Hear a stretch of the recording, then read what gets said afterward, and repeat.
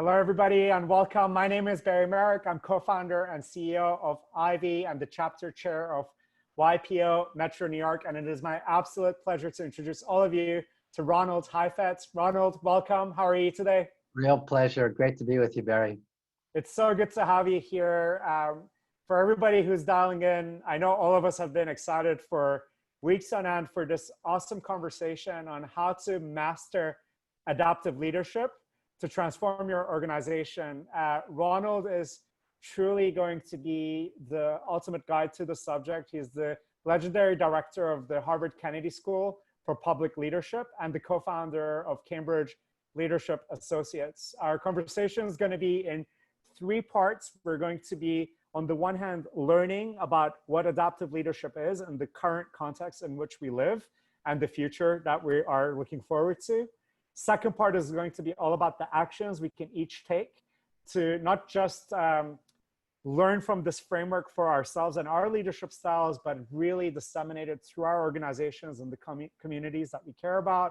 And then finally, we're going to have audience Q&A. So if you're participating live, I highly encourage you, any questions you have, let's challenge Ronald to challenge us to really get out of our comfort zones. And please submit any questions you have into the Q&A box. So without further ado, Ronald, thank you once again for being here. To kick us off, I want to ask you, just by setting the scene for the conversation we're going to have, what is adaptive leadership by your definition, and why, in your view, is it so important? What's at stake if we get it right versus if we don't get it right? Yeah, that's a great question, Beri. The adaptive leadership framework is a way of understanding leadership in all contexts. And it begins with the idea that leadership's not simply a set of personal characteristics, nor is it a set of tools that is, the power and authority and the tools that come with power and authority.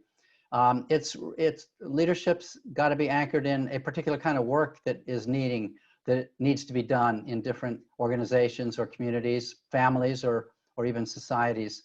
Like any professional area, what defines a cardiologist isn't that they have a set of skills and abilities or a set of tools. They work problems of the heart. And what defines an economist isn't the fact that they've got a lot of analytical know-how as well as certain kinds of tools of the trade. They work economic problems. Carpenters they build houses with a set of abilities and a set of tools. So what defines leadership? That's been a question that I've really wrestled with over my 40 years of working, nearly 40 years at Harvard, because it's an area that people are confused about. It's not a mature area of thought the way physics or economics or engineering is. And so I think that any professional area needs to be rooted in the work to be done. And so then the question is, what kind of work is it that we need leadership for? Because there's a hell of a lot of different kinds of challenges that we all face in life for which you don't need leadership, and so I think the kinds of challenges for which we need leadership are those challenges that require novel approaches, that require new adaptive capacity, that require innovation in one form or another, where you can't simply do what you already know how to do and execute it well. That's important. I mean, it's critically important. When I started my career in medicine, I ran emergency rooms, and we saved lives every day because I did what I knew how to do. But I wouldn't call it leadership. I would call it, doing what I knew how to do, doing my job based on the authority I had and based on the training that I had that gave me that authority to coordinate and direct the behavior of the health staff, in that emergency room. So what kind of situations call for leadership? I don't think that situations that call for leadership are technical in the sense that they're within our know-how already. Those are the kinds of situations for which we need first-rate authoritative command and first-rate managerial expertise. The kinds of challenges for which we need leadership are those challenges where we have to build new capacity, where doing it the old way just isn't quite sufficient. It may get us part of the way there, but it won't get us all the way there. And a really good example of these kinds of adaptive challenges are the current crises that we're in the midst of. It's a beautiful and horrible example of a on a global scale, where every single family and every single human being and every single business from small to large, and every single government from small to large has to engage in adaptive work to face into the reality that we're contending with. And we're either going to come up with new adaptive capacity in order to survive and thrive in this new context, or we risk a reduction in our overall capacity, and of course, many people risk death. So that's how I understand adaptive leadership. It's not a kind of leadership. It's not a style of leadership. It is a framework for understanding leadership per se. It's a shorthand for talking about a framework for understanding any kind of leadership that we need, in our from across sectors and from micro to macro systems. Excellent. Thank you, Ronald, for that definition. I love what you said about, just as everything else, we really need to focus on what's the job to be done, what calls for leadership. Yes. And for you, it's like at the axiomatic point here is that leadership is specifically for the types of challenges and opportunities where the old ways will not work. And it's specifically for managing and adapting. And this time that we're living in, as you alluded to, is full of changes. So please share with us, when you take a little bit of like a historical approach to this, as leadership and management thinking, theory, and practice has evolved, what have you seen to be the key trends coming up to this pandemic? What do you think are the key factors that's going to get accelerated or decelerated by the pandemic? And how do you see the future of leadership and your adaptive framework evolving as a result of what we're experiencing right now? Yeah, those are wonderful, huge questions too. I mean, I think the pandemic illustrates to some degree certain trends within how we've been thinking about leadership and innovation that are that we may not need to be. Now I think we're discovering are a little problematic. For example, when my wonderful late colleague Clay Christensen came up with the idea of disruptive innovation, he was really talking at the macro level about what happens when a large business that's dominant in an industry gets a little complacent about the little guys who enter, and because and don't even want to engage in a $30 million project because it's too little, and that allows the little folks to enter into an industry, and even though they enter into that industry with less technological capacity, because they've gotten a foothold, they then accelerate their own learning process quickly. They have much less at stake, and slowly then begin to eat the lunch of the big guys. And he called that disruptive innovation. And he was talking about sort of a trend, a macro trend in looking at an entire industry. But we've turned this idea of disruption into a virtue, and now it's like, be a disruptive person, or be a disruptive leader, or be a disruptive agent. And I think that's an enormous mistake, because successful adaptive change builds from what you have. It doesn't throw out the baby with the bathwater. I mean, one of the things we learn from nature, from evolution in nature, is that transformative change in nature is also highly conservative. Google could have never innovated in the search space if it hadn't been for the search engines that had already been developed, a huge industry that had taken many generations to build, and a whole economic infrastructure, primarily in the United States, but in other parts of the world. So, in nature, there are three basic tasks, and I think this is parallel to adaptive processes and organizations. There are three tasks: what's essential and precious that we want to conserve, what is expendable and we need to discard, and then the third is what innovation will enable us to take the very best of our history into the future, so that we are still ourselves. We're still this company. We still have these virtues, these values, these basic strategic orientations, these key competences, and even a lot of internal structures and processes that took a long time to work out. But on the other hand, we're also changed, because we've given some things up and innovated and carried the best of us into the future.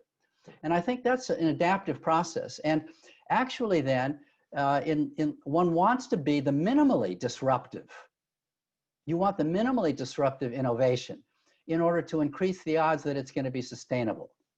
You know, if you're going to parachute into a new country and open up a new market, you know, you want to try to root your product or your new services into that local culture.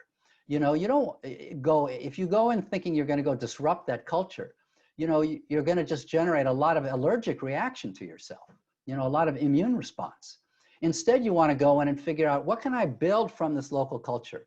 How can I root my particular innovation into this local culture and build from there, you know? So, so that's one lesson we're learning from this pandemic. You know, we're engaged in an enormously globally disruptive force called this virus, and it isn't pretty, you know? And for somebody to say, wow, this is really great, what a disruption, is a little tone deaf to the hundreds of thousands of people who are dying every day, and all alone, you know, they're dying. They can't even die with their families close at hand.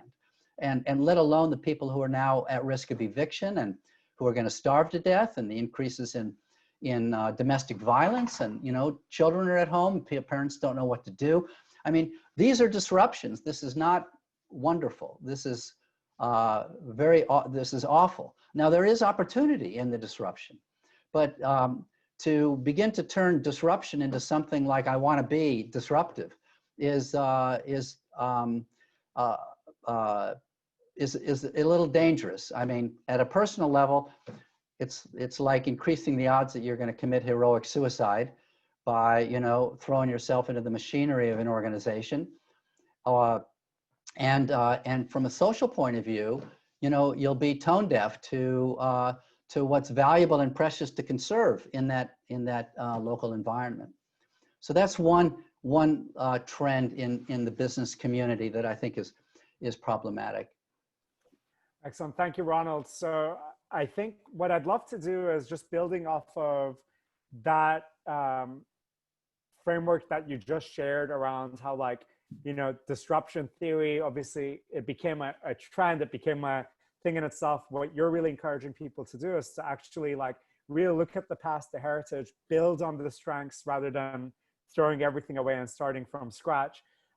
What are the other, if you were to just share for 1 or 2 minutes, what are the other key mistakes do you see leaders and organizations making during this time and over the last few years? Like, what are the key myths that maybe people believe in when they're running organizations?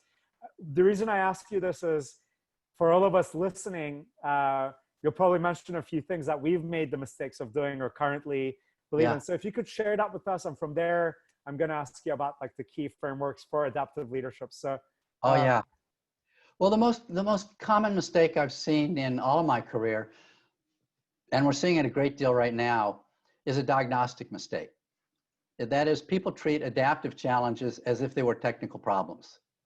So they throw all of their technical fixes at it, and it doesn't really work. I mean, it maybe solves part of the problem, it buys themselves a little bit of time, but it doesn't address the larger adaptive challenges that people need to face into.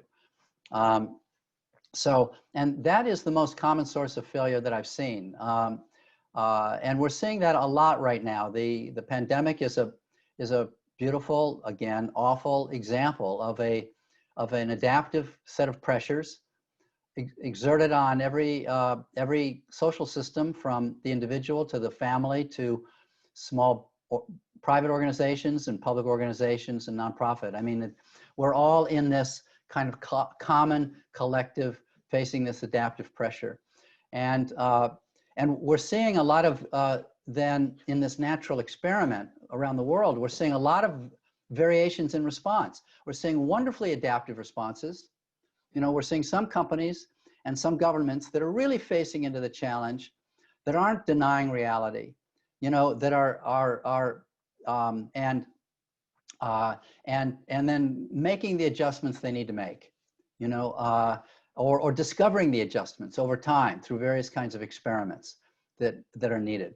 But we see on the other end of the spectrum, people who are denying reality, you know, wanting to just restore equilibrium as quickly as possible, and not using this period of disequilibrium to do the adaptive work that needs to be done. Because adaptive crises like this one often reveal the underlying cultural or economic or political vulnerabilities of a community.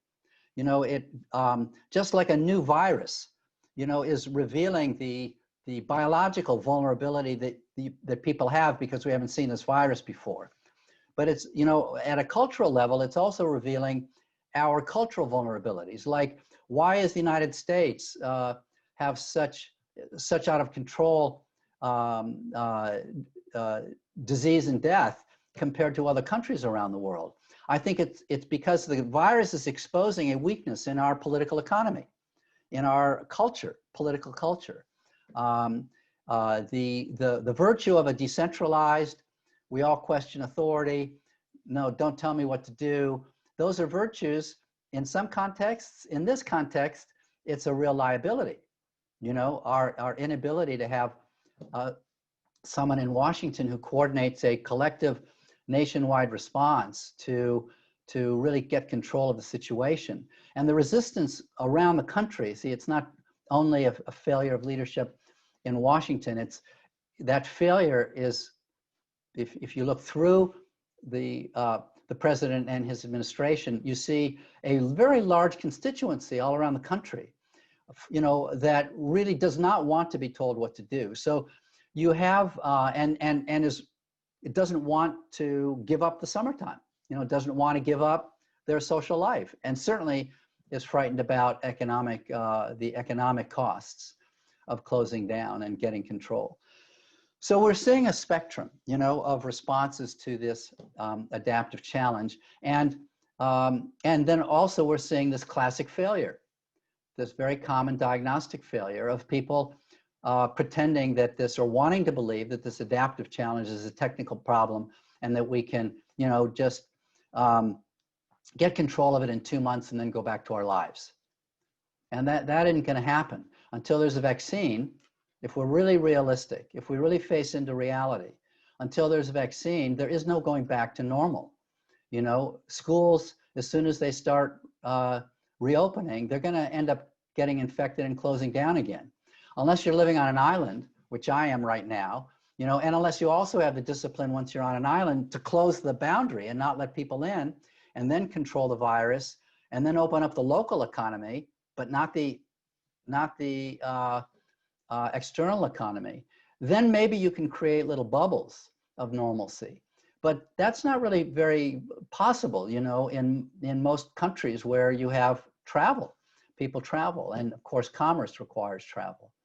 Right. So I really worry about the denial of reality, and then, you know, maybe later in our conversation we can talk about why we see this common diagnostic failure so often. Why is it that people treat adaptive challenges as if they were technical problems so routinely, and then get themselves in trouble because they fall behind the curve of facing into the challenge, anticipating it, you know, getting ahead of it, and instead they fall behind it and then sometimes go under.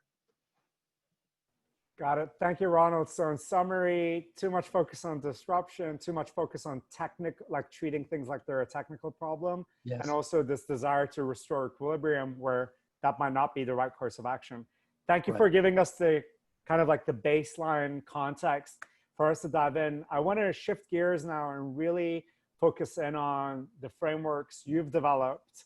If you could give us your perspective on what are the absolute key ingredients and the fewest number of items possible. What are the key ingredients that go into successful adaptive leadership? If you could give us a quick overview of like what they are, and then we'll dive into each one in turn, spend 1 or 2 minutes to hear from you very specific actions we can take. And if you have examples of these in action, whether with companies or other types of organizations, that would be very helpful as well. All right, great. Well, the first, you know, I started off as a doctor, so I think about diagnosis and treatment. I think about, you know, analyzing the situation and taking action in the situation. So the first principles are diagnostic. You know, so the first 2 principles are getting on the balcony and identifying the adaptive challenge. And getting on the balcony is sort of a prior to being able to do the diagnostic work. It's the ability to step back in the midst of a meeting, push your chair back a couple of inches, and ask yourself, what the heck is going on here? You know, I thought this meeting should go smoothly, but all of a sudden, you know, Harry's eyes are glazing over, you know, Mary's upset, something's going on. I can read it in the nonverbals. And to step back and ask myself, what did I miss? You know, what did we back into? And then try to assess that in order to take corrective action. You know, maybe we got to step off the agenda. You know, maybe we got to pause for a moment and find out what's happening. You know, Mary, did you have a question about Sam's agenda? I know it's not in your ballpark, but maybe you've got a good creative idea here. You know, so even though it's not your area, do you want to chime that in?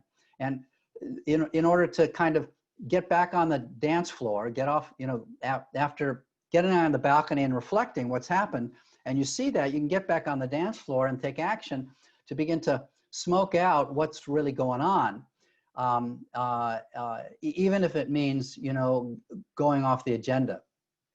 So there are a series of techniques and tools for being able to move from action to reflection, back to action over and over again. That is, from the dance floor of action, where you're swept up in the music and you're moving fast, to the balcony of reflection, where you can ask what's going on. And leadership requires that back and forth movement, back and forth from dance floor to balcony, back and forth, so that you can keep taking corrective action, you know, hour to hour, day to day, and certainly strategically, you know, week to week. And then second, one has to begin to identify the adaptive challenges and then unpack them. Which ones are ripe? Which ones are unripe?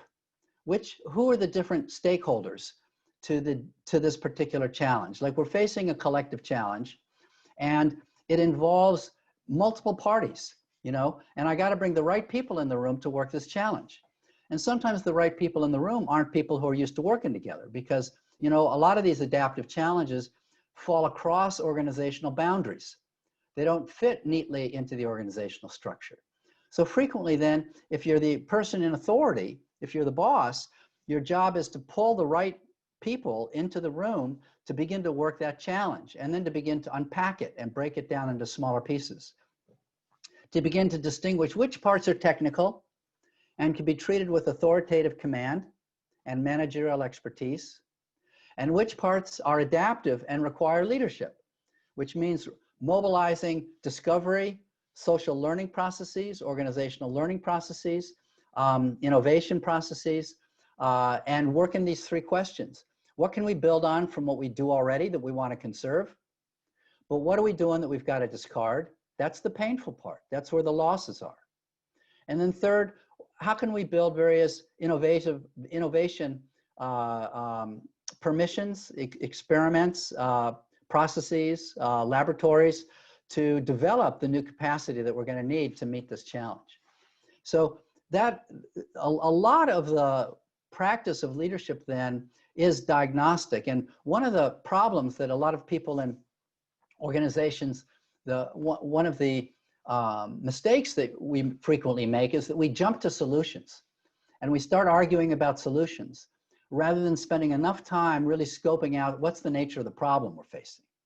What are the technical components? What are the adaptive challenges? It's an adaptive challenge. Let's break that down into multiple adaptive challenges. How's the challenge? What does the challenge mean to different stakeholders, different key parties who each have a stake and each are relevant to the making progress on the problem?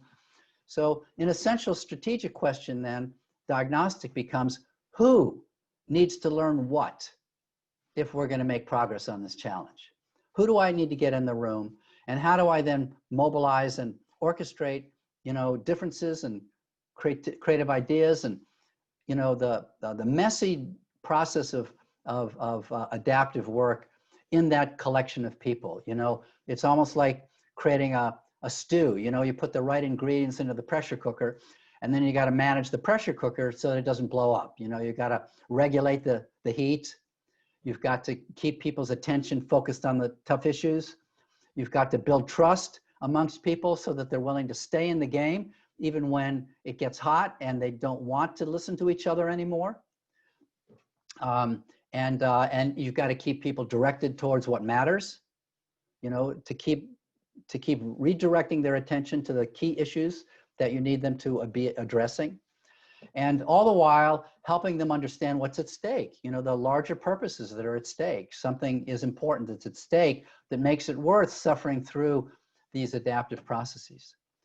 So in a nutshell, then, I've given you, you know, the diagnostic piece and then these series of action pieces: regulating the disequilibrium, keeping attention focused on the tough issues, distributing responsibility where it belongs, building a narrative that keeps people oriented to what matters, and continuing to create bonds of trust, lateral bonds of trust amongst people, and vertical bonds of trust with you as the authority figure, to keep people, to hold people in a disturbing, problematic, you know, process, sometimes over weeks or even months, where they're continuing to work, fail, work again, learn, experiment, get to version 1.2, 1.3, 1.4, you know, until they finally come up with a service or a product that's going to work.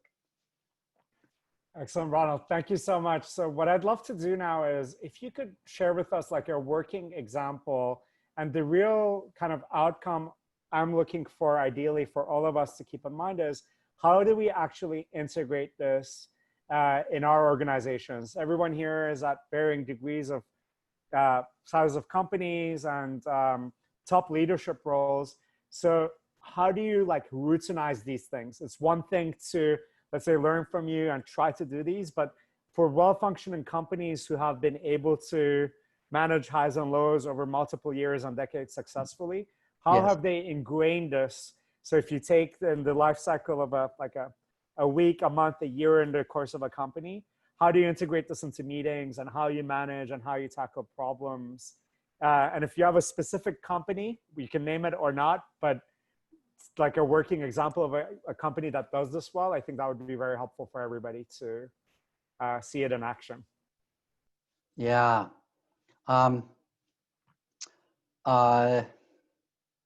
You know, I do, and you know, being trained as a doctor, I tend to treat all of my work with clients with a lot of confidentiality. So, you know,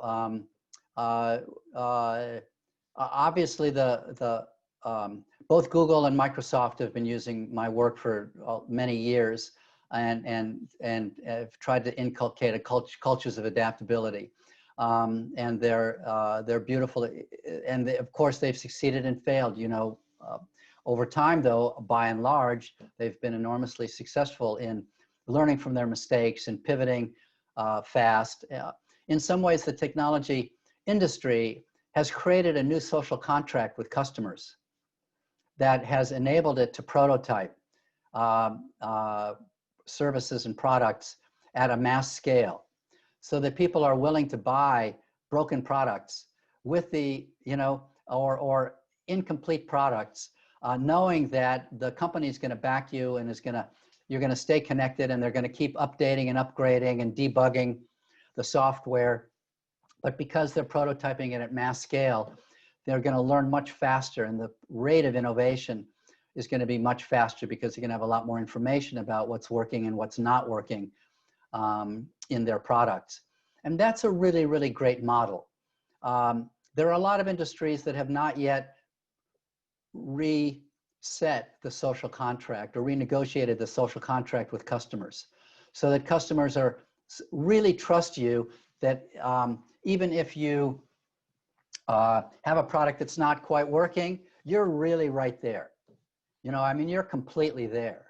And we see this, you know, many of us during the crisis are more dependent on Amazon as a company than we have been in the past.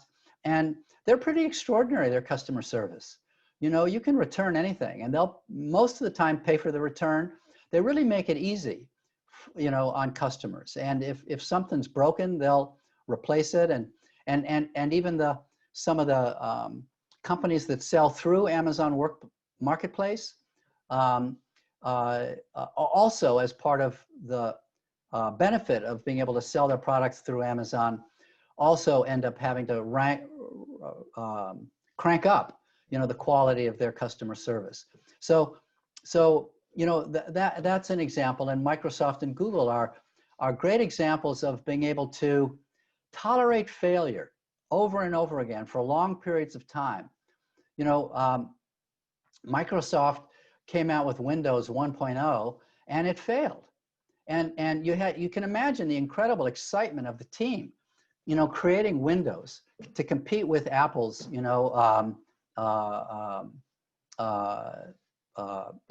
capacity, and then it fails. I mean, what an incredible disappointment. You have dozens, maybe at that point 100 people working a product from soup to nuts, and then it fails. So then they go back to the drawing board. They don't kill the product. They take it to 1.1. It fails again, and 1.2, it fails again, and 1.3, it fails again. And then they finally, say, okay, we really need to redesign this, and they put an enormous amount of energy into it, and they get to version 2.0, and it fails again, and it, finally the company as a whole had to sustain this failure until it got to version 3.0, and then all of a sudden it began to sing in the marketplace. And that tolerance for ongoing experimentation, and we failed, we learned, we're going to debug, let's try it again, let's get back to the design, what are we learning from customers, is a beautiful illustration of a highly adaptive mode of operating. Because what we learn from nature is the first principle in nature is you got to be sensing your environment. That's the problem with lying about the coronavirus. We're not in touch with the reality of the environment we're in. We're pretending we can go out and party or go back to school when that's not the environment we're in. So just looking with cold, hard, and so people right now, for example, are complaining about uncertainty. There's no uncertainty. This virus is going to kill, a percentage of the population, and it's going to spread. We know its efficiency. So I would say those are two wonderful examples, within Microsoft or within Google. All of the products, they're saying, let's run massive experiments. Let's unleash everybody's creativity, and we're going to tolerate a high failure rate. And we're going to keep designing and redesigning. Now, of course, you have to have enough wealth in the company to tolerate failure, and so one of the lessons we learned from nature, one of the great platforms for innovation in evolution, was the construction of a segmented body. And about 500 million years ago, when all life was still lived in the ocean, there was the construction of a very complex, DNA, very complex apparatus of a segmented body, like a centipede, where each segment is the same. Well, once you have a segmented body, you can get mutations in an individual module without killing off the whole organism. So that's what we had. So all of a sudden, once you had this new platform called a modularized body, you could get a lot of innovation in different modules without killing off the whole organism. And even though those modules weren't very successful at first, you have one segment of a centipede with legs that are kind of distorted. But the centipede keeps living because the rest of it can carry along generation to generation. And then that particular segment keeps changing. And finally, over time, turns into wings. So now all of a sudden you have this flying insect, all because of the modularization and because it could tolerate that weakness, in one of its modules for a long time until that weakness turned into an innovative strength. And we see that also in, we obviously can see that in a society or a culture in which the diversity that looks like a weakness over time turns into a strength because it becomes a source of innovation. If the body politic, can carry along the what look like weaknesses for periods of time and nurture them along until they turn into strengths. Excellent. Ronald, thank you so much. what I want to do is two things. First of all, everybody listening live, if you have any questions, we have some amazing ones that have been coming in over the next 2-3 minutes. If you could type in your question in the Q&A box, we'll do our very best to get through all of them. I've got one more question before we dive into the audience questions. So Ronald, you mentioned this word that Google and Microsoft did a great job of inculcating, right? Like making this a part and parcel of their culture. Yes. This is extremely hard to do in large, successful organizations. Even in startups, it's difficult where when something isn't working, there could be an attitude of like, oh, well, what if things don't work out? And, you know, there's a lot to be managed. So if we wanted to, as leaders, really bake into our entire way of operating this mindset, what are the ways, what are the key strategies and tactics we can employ so that from top down and bottoms up, everybody is more comfortable with this way of thinking? All right, well, that's great. I think the first idea is that people in the company need to be educated to realize that there is a really important difference between technical challenges, for which we have the know-how, and adaptive challenges, for which we're going to have to discover the new know-how. Once they get that, then they can begin to look to you as the boss, and you can take yourself off the hook of having to provide authoritative answers for the adaptive challenges. Because if you're constantly under pressure to treat everything like a technical problem for which you have the know-how, you're really trapped. So in order to reestablish the trust in you, that you're trustworthy, not because you've got all the answers, but because you're able to raise the good questions, and you're able to then put together the processes and the right collections of people to work the appropriate challenge, and then to track it over time. So just to, sorry to interrupt you there, but that's very specifically there, the key exercise you're talking about is to just make clear that, like, wait, is this a technical or an adaptive challenge? Right. Inculcating that language into your company so that people don't think you're failing just because you can't address an adaptive exactly. challenge. Like and then you can bless the incompetence. See, then you can bless the frontier. Then you can even own the uncertainty. You can say, of course I don't have the answer. That's the nature of this problem. You know, I have a lot of answers for other problems, but this is a problem for which we don't have the answer yet. So we're going to have to figure this out, you know, and we're all experiencing that, you know, even in our families. Those of you who have children at home, you know, how are we going to make this work? How's the teacher going to make it work? How's the kid? You know, we're all experiencing that, where the uncertainty of how to solve the problem, it comes with the nature of the problem. You know, there's nothing shameful about it. But we can't get behind ourselves and own the uncertainty, you know, as if it's not authoritative. It is authoritative, because what it means to be trustworthy as an authority is that you can face into reality and distinguish between what's known and what isn't known yet, and then own that. That's the first thing. The second is, we have to know that in engaging people in adaptive work, that it's not only the happy news that we're going to get to conserve a lot of cultural DNA, and we're going to get to hold steady and precious what we really value. We're also going to have to lose things. Even if you can hold on to 90% of your DNA, you know, cultural DNA, something's going to be given up in order, and then innovation is going to be required. And both of those pieces are hard. The losses are hard. Many of you will know the phrase, people resist change, but actually it's not true. People love change when they know it's a good thing. Nobody anywhere in the world gives up a winning lottery ticket when they win. They know it's going to change their lives profoundly. They welcome it. People don't give up, you know, gains when there's, you know, when it's just a pure gain. People love change when it's just a benefit. What people resist are changes that involve loss. It's the losses that people resist, not change per se. So diagnostically then, one has to assess, what are the losses I'm asking people to sustain? And then as a diagnostician, one has to then distinguish at least 3 different kinds of losses, because that's what you're asking. That's the ask you're making of people in your company, or perhaps in politics, people in your constituencies. You're asking them to engage in one of 3 different kinds of losses.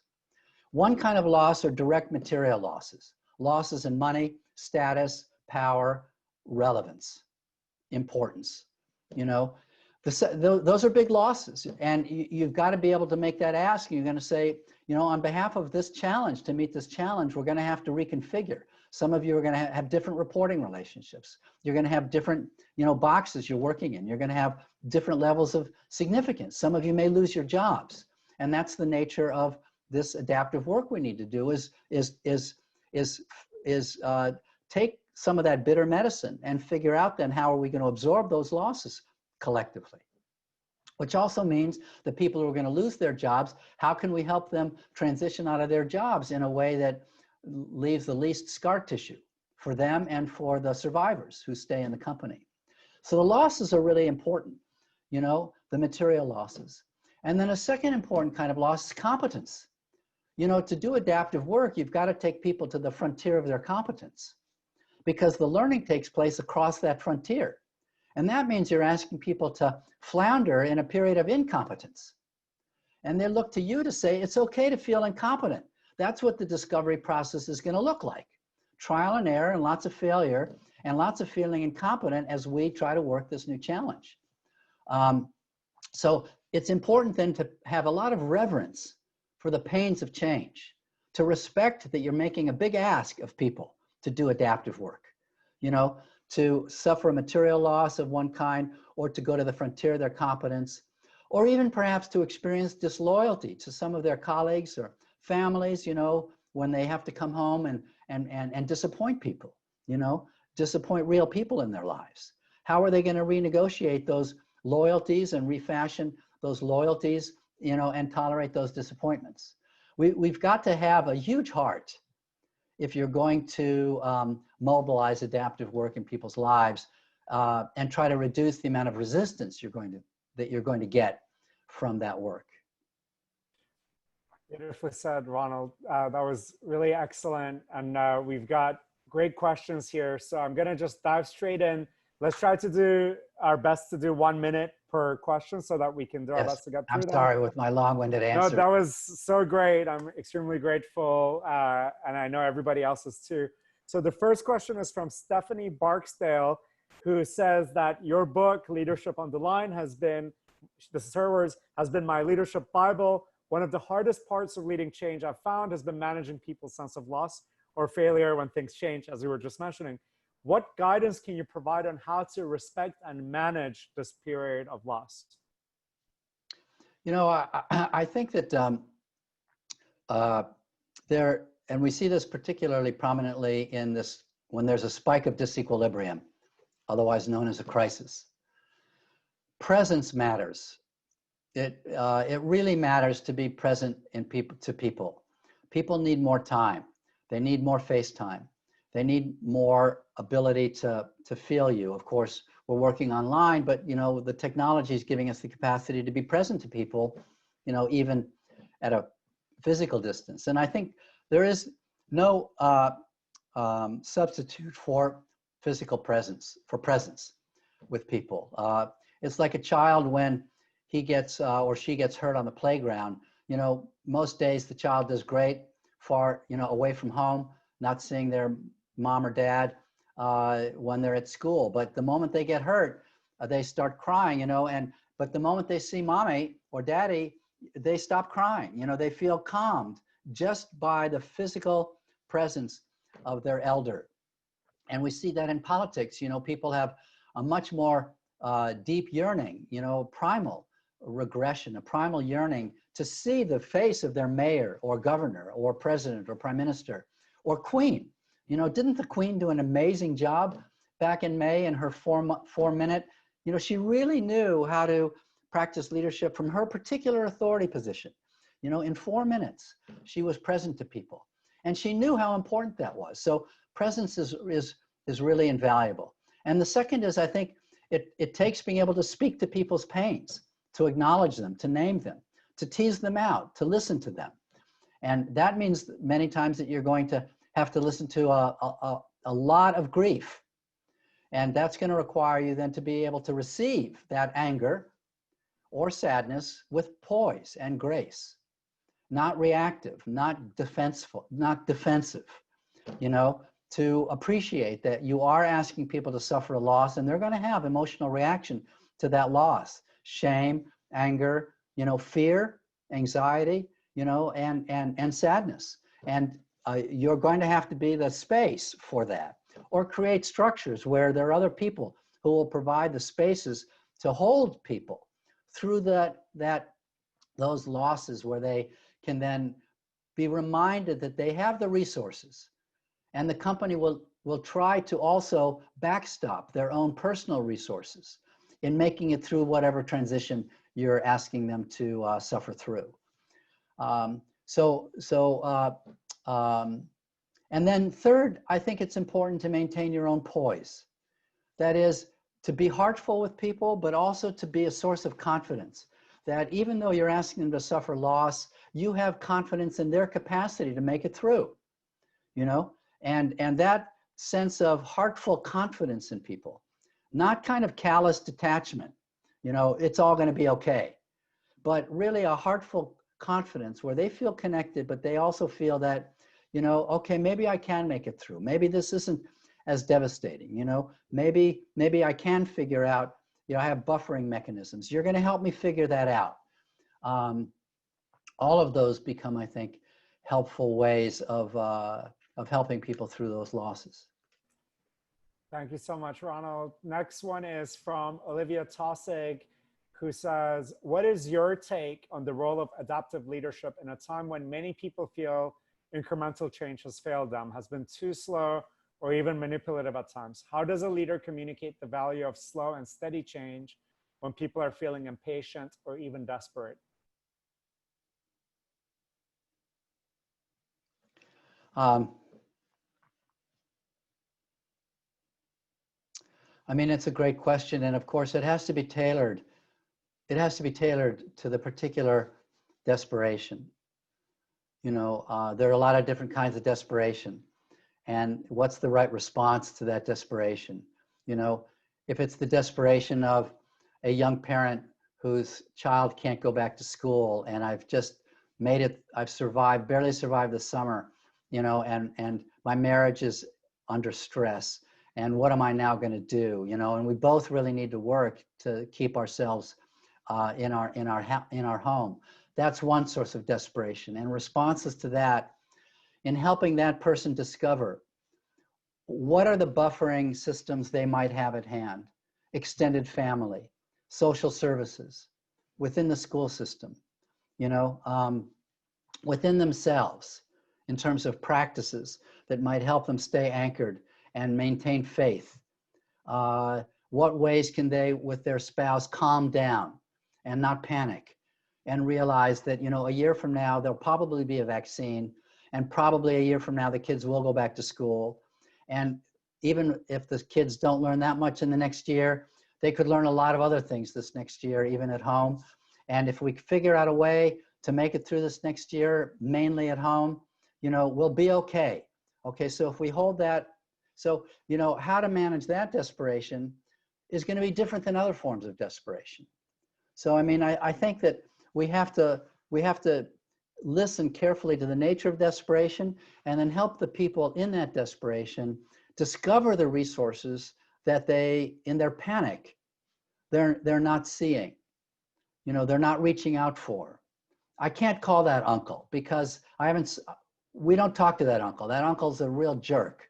Well, maybe in this context, you got to figure out how to heal that relationship with that uncle, because that uncle's got some resources. And if you found a way to reconnect with that uncle, maybe they would help you out, because maybe, he would really like to be able to help you out with his resources, so that your family doesn't go under, because he's your uncle. Well, we haven't talked to him in 20 years and he's a bastard and he has the wrong this and that, and look what he did to us. Well, okay, that was 20 years ago. That's true. But let's look at, is there a way? So, a lot of people do have resources. They don't see it. They don't see.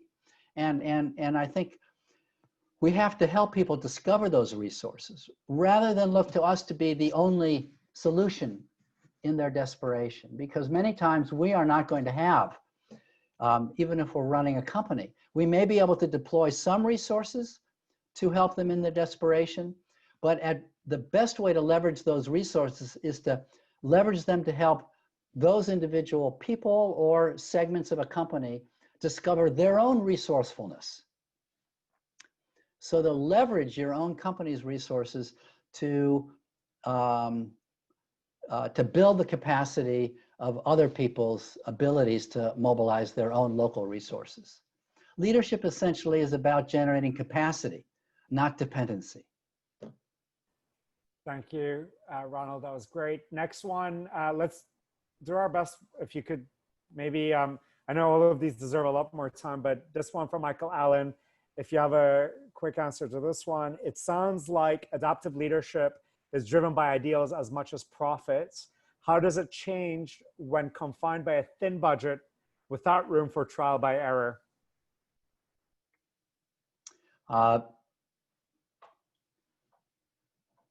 Yeah, I mean, of course, that's going to be different again for different companies, depending on the thinness of that margin and the degree to which they can reach out and create resources to widen that margin. Some people will need to die gracefully. Some companies will not find a way to adapt to the context we're in.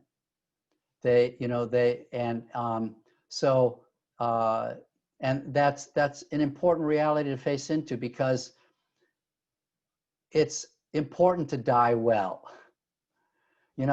to help people through the transition of losing their jobs, to realize that, we're at the end of our rope and we're making our final bet, and it is a thin margin, and we've exhausted, all the means possible, and maybe we're going to find a way through, but maybe not. Maybe we're going to have to resurrect ourselves in a different form. Maybe there'll be the next lifetime, but it'll be a different product.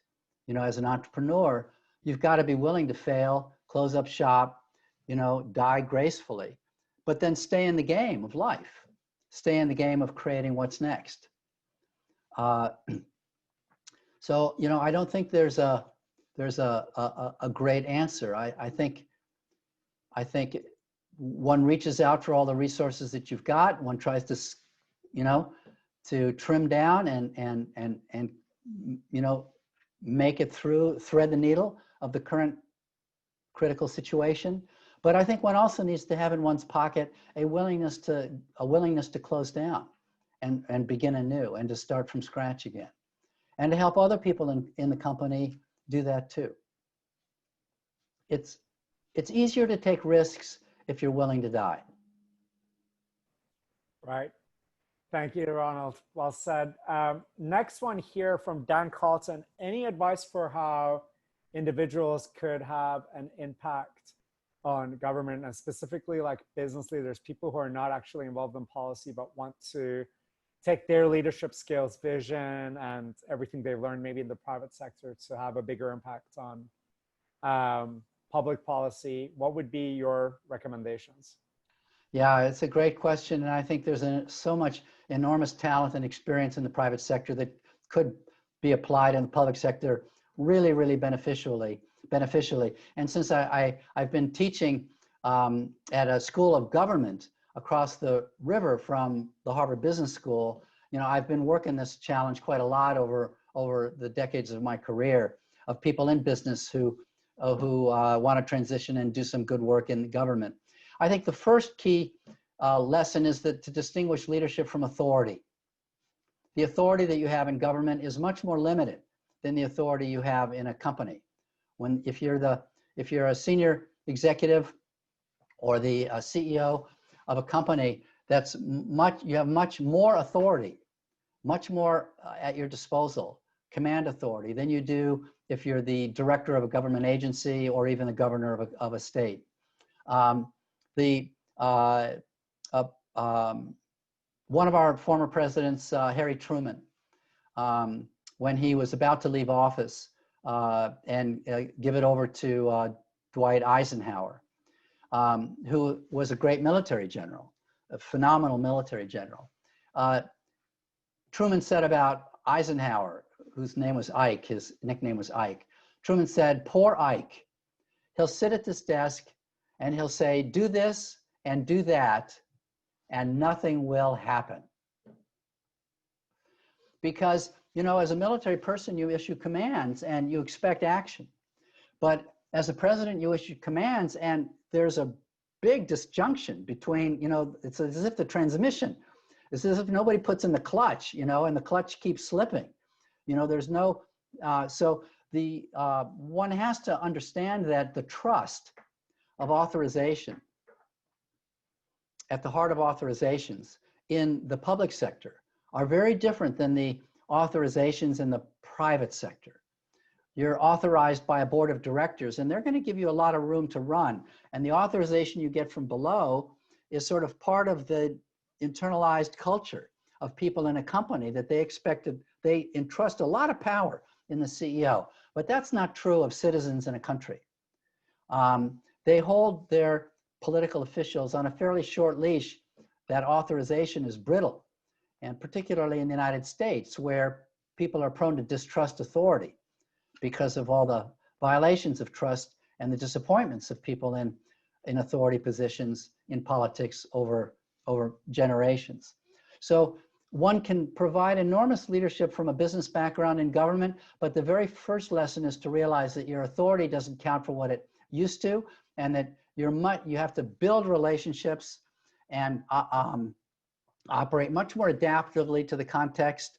Many challenges fall across organizational boundaries where you're trying to lead without authority across boundaries to knit together constituencies, to knit together different government agencies to collectively work, you know, a challenge. Excellent, Ronald. Thank you so much. We've got just a minute left here. So what I'd love to do is really have a moment to hear from you how we can best support you, your endeavors, your key priorities these days. You've been incredibly generous with your insights and suggestions for us. And in addition to that, if there's a final word of wisdom that you'd like to share with us or a call to action, we'd love to hear it as we wrap up. Gosh, you know, I would only suggest that you try to help mobilize all the people that you touch to vote. I think this next election is absolutely pivotal in our country. I think what's at stake is the democracy itself, you know, is civility, is our ability to engage in differences in a respectful way, is our ability to learn from each other across all of our different points of view. And I think it's really vital that people get out and vote in this next election. And that's, you know, if I had one particular source of anxiety right now, and, you know, in late August, 2020, it's the importance of strengthening and ensuring our democratic process here in the United States. The last thing I'd say is, you know, I'm always learning from all of the ways in which I engage with and consult with and advise and coach and talk with people in companies and in governments around the world. So please feel free to reach out to me because I know I'd learn a lot from getting to work with you. Excellent. Ronald, thank you so much. You were truly fantastic today. I really appreciate you on behalf of our whole community on getting us to, you know, think deeper about leadership, and you've given us some really practical frameworks as well as action items. So we're truly grateful and very excited to support you in every way we can as well. So thank you so much, Beri. See you again soon. Take care. Bye-bye. Yeah. Thank you, everybody. See you later. Bye-bye.